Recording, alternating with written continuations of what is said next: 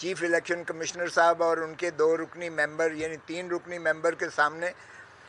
لگا ہوا تھا، جس میں این اے 97 جڑاں والا تاندلیاں والا جو کہ ڈسٹرکٹ فیصل آباد بنتا ہے، جو ہمارے پاکستان تحریک انصاف کے ساتھ عبداللہ خان بلوچ جو ہے وہ وہاں سے منتخب ہو چکے ہیں، جنہوں نے حلف بھی لے لیا ہے اور جو اس وقت پارلیمان کا حصہ ہیں، ان کے خلاف مسلم لیگ نواز کا جو امیدوار ہارا ہوا تھا اس نے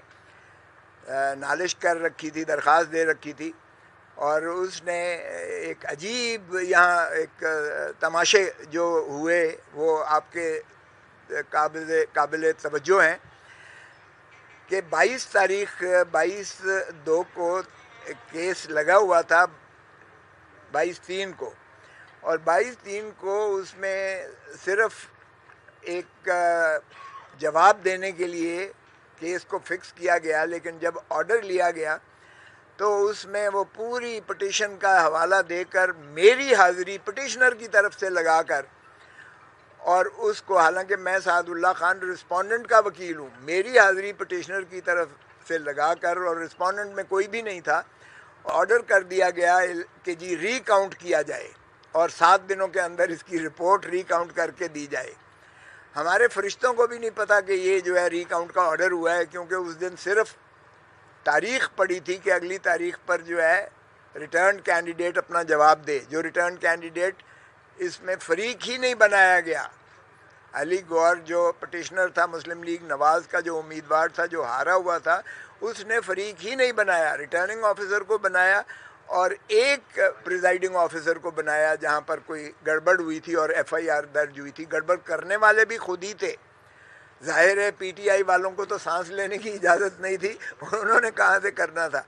تو جب دیکھا کہ ہار رہے ہیں تو انہوں نے اس پولنگ اسٹیشن پہ گڑبڑ کی اور پھر پرچہ پریزائڈنگ آفیسر نے کروایا اور اس کی آڑ میں آ کر یہاں پٹیشن کر دی کہ جی یہ گڑبڑ ایک پولنگ اسٹیشن پر ہوئی، فریق نہیں بنایا تاکہ یک طرفہ کو کارروائی کر سکیں۔ اور پھر جو ہے 14 تاریخ کو کوئی پیش ہی نہیں ہوا، بجائے اس کے کہ اس کو خارج کر دیا جاتا، پھر حکم ہوتا ہے ریٹرننگ آفیسر کو کہ تم جو ہے ان کی تعمیل کرواؤ پٹیشنر کی، علی گور کے ساتھ ہی 16 کو پھر جو ہے تاریخ کو یہ ایک درخواست دے دیتے ہیں کہ جی مجھے غلط فہمی ہوئی تھی، میری حاضری نہیں لگی ہے تو میں جو ہے حاضر آ گیا ہوں، تو 16 تاریخ کو انہوں نے نوٹس کروا دیا ریٹرننگ آفیسر کو اور ساتھ ہی ریٹرنڈ کینڈیڈیٹ کو بھی نوٹس کروا دیا جو فریق ہی نہیں تھا۔ اور اس کے بعد 22 کی تاریخ پڑی، 22 کو پہلی مرتبہ جو ہے رسپونڈنٹ کی تعمیل ہوئی، اس نے وکیل رکھ کے کہا کہ مجھے جواب دینے کے لیے میں نے یہ پٹیشن نہیں دیکھنی ہے اور میں جواب دینے کے لیے ٹائم دیا جائے۔ انہوں نے صرف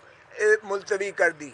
لیکن جب آرڈر لیا تو اس میں پوری طرح سے الٹا حاضری میری پٹیشنر کی طرف سے لگا کے اس کی اپیل پٹیشن منظور کر کے ری کاؤنٹنگ کا حکم دے دیا گیا 1 ہفتے کے اندر کرو۔ اور وہاں پیچھے سے جو ریٹرننگ آفیسر نے کیا، جیتے ہوئے کو ہرا دیا اور ہارے ہوئے کو جتا دیا، جو آج کل عام ہو رہا ہے، اس تماشا ہو رہا ہے۔ جب ہمیں پتہ چلتا ہے تو ہم نے آگے درخواست دی کہ جی یہ کیا ہوا ہے، آپ نے تو صرف اس کو ملتوی کیا تھا، یہ آرڈر کہاں سے ہو گیا ہے؟ تو انہوں نے پھر اس آرڈر کو ریکال کر کے اور آج رکھا تھا پوری بحث کے لیے، اور بحث میں جب میں نے ان کو بتایا کہ جناب نہ صرف یہ کہ یہ ان کی درخواست فراڈ کیا گیا ہے، اس کمیشن کے ساتھ فراڈ کیا گیا ہے، بلکہ ری کاؤنٹنگ کی آڑ میں جیتے ہوئے کو ہرایا جا رہا ہے اور ہارے ہوئے کو جتایا جا رہا ہے، 10-10 ہزار کی جو ہے ڈبل سٹیمپنگ ٹھپے مار کے انہوں نے یہ جو ہے وہاں مارجنلائز کرنے کے لیے پی ٹی آئی کے امیدواروں کی جو ہے وہ تعداد عددی برتری وہ کم کرنے کے لیے انہوں نے یہ سارا شاخسانہ کیا ہوا ہے، اور کمیشن کو استعمال کر رہے ہیں، یہ اس فراڈ کی آڑ میں کمیشن کو استعمال کر رہے ہیں، اس لیے ان کے خلاف پرچہ بھی درج کروائیں جنہوں نے یہ جعل سازی کی ہے آپ کے آرڈر۔ اچھا پھر انہوں نے کیا کیا، میری حاضری اوپر سے ہٹا کر اس کی حاضری لگا کر اور رسپونڈنٹ کر کے تو وہی آرڈر پھر کر دیا۔ ہم نے پھر دی درخواست کہ جناب یہ کیا مذاق ہے، ہماری نہ بحث سنی گئی، نہ ریٹرننگ آفیسر کا جواب دیکھا گیا، آپ نے یہ کیسے کر دیا؟ تو پھر انہوں نے 4 تاریخ کو ریکال کیا، 4/3 کو، اور پھر انہوں نے جو ہے آج اس کو جو ہے آرڈر کو معطل کر دیا تھا اور آج انہوں نے بحث سنی۔ اور آج جتنے جھوٹ بول سکتا تھا دوسرا پٹیشنر کی طرف سے انہوں نے طوالت اور تسلسل سے کیا. میں نے تمام نظائر استعمال دکھائے کہ آپ کے اپنے فیصلے ہیں کہ جب ایک دفعہ کنسالیڈیشن ہو جاتی ہے, ایک دفعہ آفیشیل گیزٹ میں نام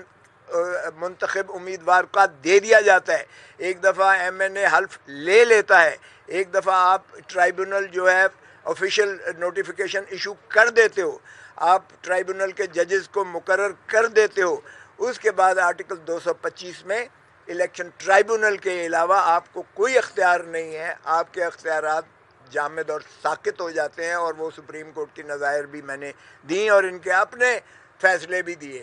اور میں نے یہی کیا, ان کو کہا, عرض کی کہ جناب یہ ایسی دھاندلی نہ کریں جو آج ججز نے بھی, اسلام آباد ہائی کورٹ کے ججز نے بھی سپریم کورٹ کے چیف جسٹس کو لکھا ہے اور جوڈیشل کمیشن کا تقاضا کیا ہے کہ یہ ایگزیکٹو اتھارٹیز کس طرح سے اثر انداز ہو رہے ہیں ہمارے فیصلے کرنے میں, اور کس طرح سے وہ ہمارے سمت کو جو ہے سارا وہ ڈائلیوٹ کر رہے ہیں. تو بہرکیف انہوں نے آج بحث دوسرے فریق کی بھی سننے کے بعد فیصلہ محفوظ کیا ہے. لیکن ایک اور چیز جو میں آپ کو بڑی سنجیدگی سے عرض کرنا چاہتا ہوں وہ ہے, اسلام آباد ہائی کورٹ کے ججز نے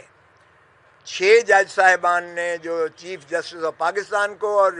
جوڈیشل کمیشن کے تمام ممبران کو